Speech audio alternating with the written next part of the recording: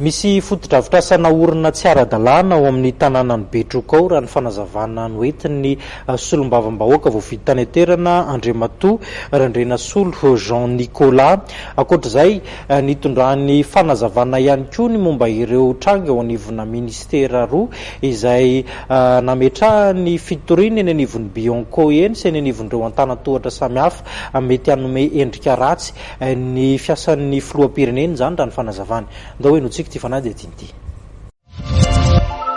Nilaza fa nametraka fitoriana any amin'ny Bianco sy ny inspection d'État solombavam-bahoaka voafidy tao Betroka Andriamatoa Randrenasolo Jean Nicolas momba ireo ministera milaza fa namoaka vola be entina natanterahina asa izay tsy vita akory.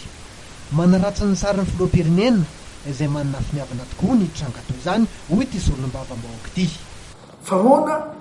raha tenen'ny présidence vita pendant 2 ans ka izany le vola fa miboaka le asa tsy vita dia sahala amin'ny filoham-pirenena zany mandainga ka ohatraohatran'izay daholo zany presque ataon'le ministère sahala amin'ny hoe exemple zao ka zavatra concret zao sahala amin'ny hoe ataontsika raha exemple fotsiny tao zaza fotsiny iosy nisy vola mivoaka tao amin'ny décentralisation zany mbolana sena kanefa le sena tsy vita vola volana exemple raiky meko androzy tranzay na Betroka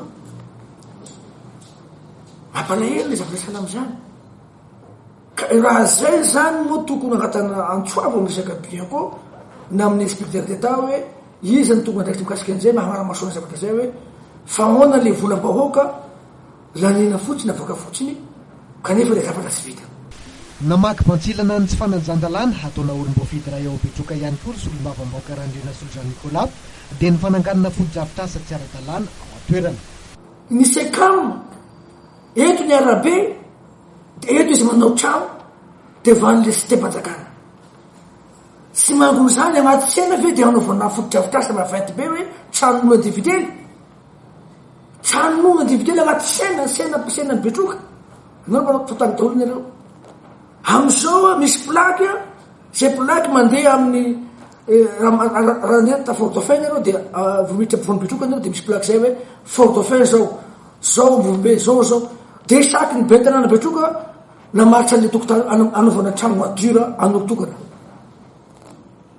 ny sena fa feno trano madura daholo zany senany Betroka zany ka zay dia nametaka fitoriana eny anivon'ny Bianco sy eny amin'ny inspecteur d'État satria sy hainay zany le hoe ino moa tena adana zany ve sa inona ny tena natao numera teo taloha sy nanao ny zavatra zany na ino numera ty nanao ny zao zavatra zao. Nilaza ty solombavam-bahoaka ny Betroka ity fa tsy misy idirany velively amin'ny politika ty raha ty fa ny tombotsoan'ny firenena sy ny vahoaka ao Betroka no antony izy rony.